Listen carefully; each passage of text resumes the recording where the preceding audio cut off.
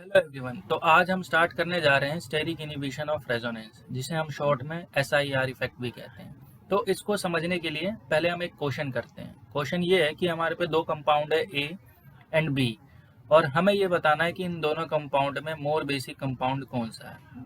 तो चलिए इसको सॉल्व करते हैं। तो जैसा कि हम जानते हैं कि दोनों कंपाउंड ए और बी में जो डिफरेंस है only positioning of CH3 groups है। ए में जो CH3 ग्रुप्स है वो NH2 के ऑर्थो है, जबकि बी में जो CH3 ग्रुप्स हैं वो NO2 के ऑर्थो है। तो होगा क्या, क्योंकि CH3 ग्रुप ही डिफरेंस है तो प्लस आई इफेक्ट होने के कारण यहाँ पे इलेक्ट्रॉन डेंसिटी नाइट्रोजन के पास ज़्यादा हो जाएगी, जबकि यहाँ पे प्लस आई इफेक्ट यहाँ पे भी है, लेकिन डिस्टेंस के कारण यहाँ पे इलेक्ट्रॉन डेंसिटी कम होगी। तो जो हमारा आंसर होना चाहिए वो होना चाहिए a is more basic then b. But actual में ऐसा होता ही नहीं है। आंसर क्या होता है, ए ज़्यादा बेसिक नहीं होता, जबकि क्या होता है कि b is more basic then a. ऐसा क्यों हुआ, तो इसको समझने की कोशिश करते हैं। तो हमारे पास कंपाउंड ए है और कंपाउंड बी है। तो सबसे पहले हम इसका रेजोनेंस ड्रॉ करते हैं। तो जब रेजोनेंस ड्रॉ करेंगे तो इस तरीके से बॉन्ड की शिफ्टिंग होगी और ऑक्सीजन पे हमारा नेगेटिव चार्ज आ जाएगा, जो इस कंपाउंड में हमें दिख रहा है। जब बी में हम रेजोनेंस ड्रॉ करवाएंगे तो उसमें भी इसी तरीके से बॉन्ड की शिफ्टिंग होगी और ओ पे नेगेटिव चार्ज आ जा रहा है। तो इन दोनों केस में आपको लग रहा है कि रेजोनेंस दोनों में आसानी से हो रहा है, बट ऐसा एक्चुअल में है नहीं। जो ए में जो रेजोनेंस है वो बड़ी आसानी से हो जाता है, लेकिन जब वही बात करते हैं बी में रेजोनेंस होने की बात, तो इसमें रेजोनेंस होता ही नहीं है। इसका क्या रीज़न होता है, चलो उसको भी समझते हैं कि क्यों नहीं होता बी में रेजोनेंस। एक्चुअली में बी में क्या है कि ये जो दोनों CH3 है ये NO2 के ऑर्थो पे है, जिसके कारण क्या हुआ कि NO2 और CH3 के बीच में जो इनके वंडरवाल रेडियाई हैं, इनके बीच में एक स्टेरिक रिपल्शन जनरेट होने लग गया।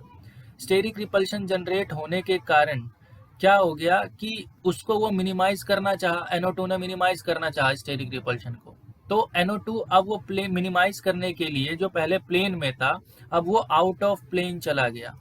आउट ऑफ प्लेन जाने के कारण क्या हो गया, जो ये लोन पेयर जो हमारा रेजोनेंस में था, जो रेजोनेंस में इस तरीके से आ रहा था, अब वो रेजोनेंस में नहीं आ पाएगा, इसमें रेजोनेंस नहीं हो पाएगा। अब जब रेजोनेंस ही नहीं हो पाएगा तो ये हमारा क्या हो जाएगा, ये हमारा फ्री हो जाएगा, फ्रीली अवेलेबल हो जाएगा। फ्रीली अवेलेबल हो जाएगा तो इसे आसानी से NH2 नाइट्रोजन डोनेट कर सकता है, और जिससे इसकी बेसिसिटी इंक्रीज हो जाएगी। तो यही रीज़न था कि बी की जो बेसिसिटी है वो ज़्यादा हो गई थी ए से।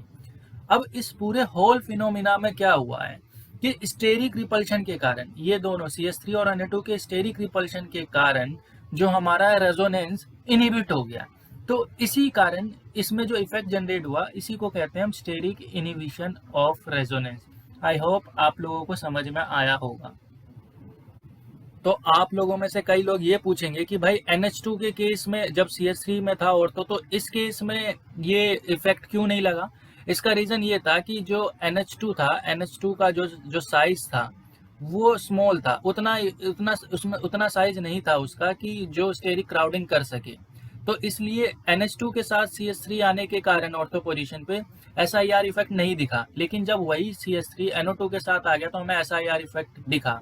इसी कारण है कि बी की बेसिसिटी बढ़ गई और ए की कम हो गई।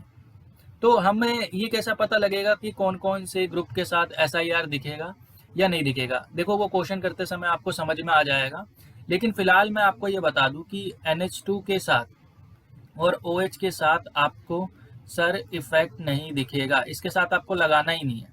बाकी क्वेश्चन के साथ हम देखेंगे कि किस में लगाना है या नहीं लगाना। तो आई होप आपको समझ में आ गया होगा। So this is all about the SIR effect.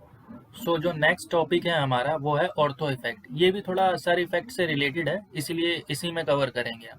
और जो ऑर्थो इफेक्ट होता है जनरली वो बेंजोइक एसिड के लिए हम पढ़ते हैं और हमारा एनिलीन के लिए पढ़ते हैं, इन दोनों के लिए जनरली हम पढ़ते हैं। तो क्या कहता है हमारा ortho effect.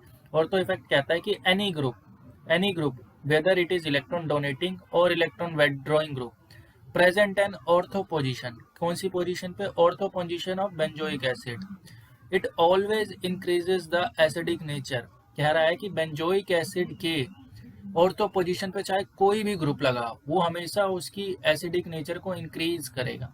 Similarly for aniline क्या है कि any group present an ortho position of aniline, it always decreases the basic nature. मतलब एनिलीन के ऑर्थो पोजीशन पे कोई भी ग्रुप हो वो हमेशा उसकी बेसिक नेचर को डिक्रीज करेगा। तो ये कैसे होता है, इसका क्या एक्सप्लेनेशन है, चलिए इसको समझने की कोशिश करते हैं।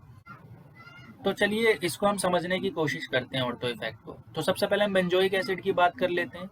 ये हमारा एसिड है, ये हमारा H+ देगा और ये हमारा कॉन्जुगेट बेस मिलेगा जिसमें हमारा क्या है, ऑक्सीजन पे नेगेटिव चार्ज है। अगर आप ध्यान से देखोगे तो ऑक्सीजन पे ये नेगेटिव चार्ज अगर ये बैलेंस हुआ, अगर ये स्टेबल हुआ, तो ये जो हमारा हो जाएगा वीक कॉन्जुगेट बेस हो जाएगा। तो इसका मतलब ये हो जाएगा कि हमारा जो एसिड होगा वो स्ट्रॉन्ग होगा। लेकिन अगर ये किसी तरीके से उतना अच्छा स्टेबलाइज नहीं हुआ तो हमारा जो एसिड हो जाएगा वो वीक हो जाएगा। तो इस केस में क्या हो रहा है कि यहाँ पे बेंजीन रिंग की तरफ से +M इफेक्ट जा रहा है, जो रेजोनेंस के थ्रू +M इफेक्ट यहाँ पे जा रहा है, ऑक्सीजन पे दोबारा पे नेगेटिव चार्ज आ गया। तो ये जो नेगेटिव चार्ज ऑक्सीजन पे है उतनी अच्छी तरह से स्टेबलाइज नहीं है रेजोनेंस के कारण। यहाँ पे हमारा क्या हो रहा है, रेजोनेंस हो रहा है। अगर मैं किसी तरीके से इस रेजोनेंस को रोक दूं तो हमारा ये रिंग जो ये इलेक्ट्रॉन डेंसिटी है वो ऑक्सीजन पे नहीं आएगी और ये हमारा स्टेबल हो जाएगा। और ऐसा तभी पॉसिबल होगा जब हम कोई ऐसा ग्रुप लगा दे, बल्कि ग्रुप लगा दे उसके ऑर्थो पोजीशन पे, और ये हमारा बन जाएगा इफेक्ट ऑफ सर इफेक्ट बन जाएगा। कैसे कि अब ये NO2 ग्रुप के बीच में और ये जो COOH ग्रुप है उसके बीच में क्या होने लगेगा, यहाँ पे होने लगेगा हमारा स्टेरिक रिपल्शन होने लगेगा। और इस रिपल्शन को मिनिमाइज करने के लिए ये चला जाएगा आउट ऑफ प्लेन जाने के कारण क्या हो जाएगा, हमारा जो रेजोनेंस है वो रुक गया। और यही तो चाहते थे कि रेजोनेंस ना हो। अब रेजोनेंस नहीं होगा तो जाहिर सी बात है कि उसकी जो एसिडिक करेक्टर है वो इंक्रीज हो जाएगा। एसिडिक करेक्टर क्या हो जाएगा, इंक्रीज हो जाएगा। ये तो बेंजोइक एसिड के केस में। अब यहाँ पे चाहे जो भी ग्रुप लगा दो, कोई सा भी ग्रुप लगा दें, तो हमेशा वो क्या करेगा, रेस्ट्रिक्ट करेगा रेजोनेंस को रेस्ट्रिक्ट करेगा। और यही तो चाहते थे, और इससे ही हमारा क्या हो जाएगा, एसिडिक नेचर इंक्रीज हो जाएगा। एनिलीन का केस थोड़ा सा डिफरेंट है, ये H+ एक्सेप्ट करेगा और NH3 पॉजिटिव बनाएगा। तो इस वाले कंसेप्ट में क्या होता है, एनिलीन में सॉल्वेशन का कंसेप्ट चलता है। होता क्या है कि जिस भी सॉल्वेंट में इसमें रखते हैं तो जो सॉल्वेंट के मॉलिक्यूल होते हैं उसको चारों तरफ से सराउंड कर लेते हैं, जिससे क्या होता है, इसका पॉजिटिव चार्ज काउंटर बैलेंस होने लगता है और इस इफेक्ट को क्या कहते हैं हम, सॉल्वेशन। तो एनिलीन के केसेस में तो ये चारों तरफ से सॉल्वेशन बहुत अच्छा हो जाता है। तो एनिलीन के केस में सॉल्वेशन मोर हो जाता है और इजीली स्टेबलाइज हो जाता है, इजीली स्टेबलाइज हो जाएगा, स्टेबल हो जाएगा। इसलिए इसकी जो बेसिक करेक्टर है वो इंक्रीज हो जाती है। लेकिन अगर हमने यहाँ पे G ग्रुप लगा दिया तो होगा क्या, जब वो H+ एक्सेप्ट करेगा और जब सॉल्वेशन करने के लिए सॉल्वेंट के मॉलिक्यूल आएंगे तो सॉल्वेशन अच्छे से हो नहीं पाएगा, क्योंकि इस ग्रुप और इस G ग्रुप और सॉल्वेंट मॉलिक्यूल के बीच में होने लगेगा रिपल्शन के कारण वो अच्छे से हो नहीं पाएगा और स्टेबल नहीं हो पाएगा और बेसिक करेक्टर हमारा डिक्रीज हो जाएगा। तो हम कुछ क्वेश्चन देख लेते हैं ऑर्थो इफेक्ट से रिलेटेड और सॉल्व करने की कोशिश करते हैं। तो जो हमारा पहला क्वेश्चन ये है कि हमारे पे बहुत सारे बेंजोइक एसिड डेरिवेटिव दे रखे हैं और उसमें पूछा है कि ऑर्डर ऑफ एसिडिटी क्या है। तो अब ऑर्थो इफेक्ट हमने पढ़ लिया, तो सबसे पहले ऑर्थो वालों की तो सबसे ज़्यादा होगी, नो डाउट कि NO2 इलेक्ट्रॉन विड्रॉइंग ग्रुप है, तो 2 की तो भाई सबसे ज़्यादा होगी। क्यों? क्योंकि इसमें लग रहा है ऑर्थो इफेक्ट।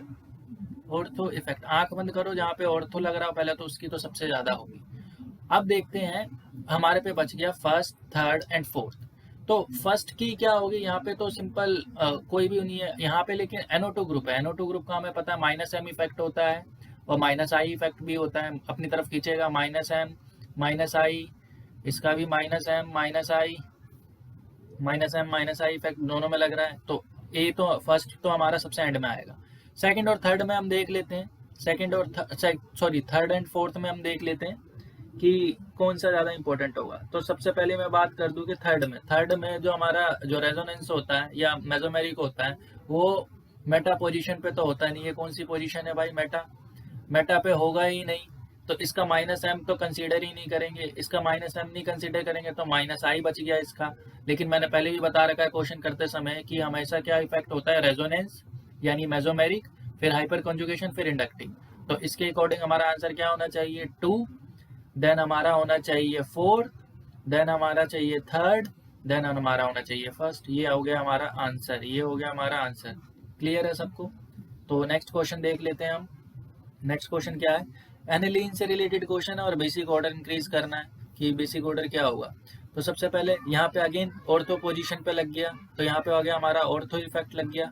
ऑर्थो इफेक्ट लग गया तो 2 की बेसिसिटी तो हमारी सबसे कम हो गई, तो हम बेसिक ऑर्डर को इंक्रीज कर देते। तो जो सबसे लीस्ट बेसिक है हमारा वो गया 2, उसके बाद जो बेसिक आएगा वो आएगा हमारा 1, फिर उसके बाद आएगा हमारा 4, और सबसे ज़्यादा जो बेसिक होगा वो होगा 3। सही है ये ऑर्डर भाई, देख लो एक बार, यही ऑर्डर आना चाहिए।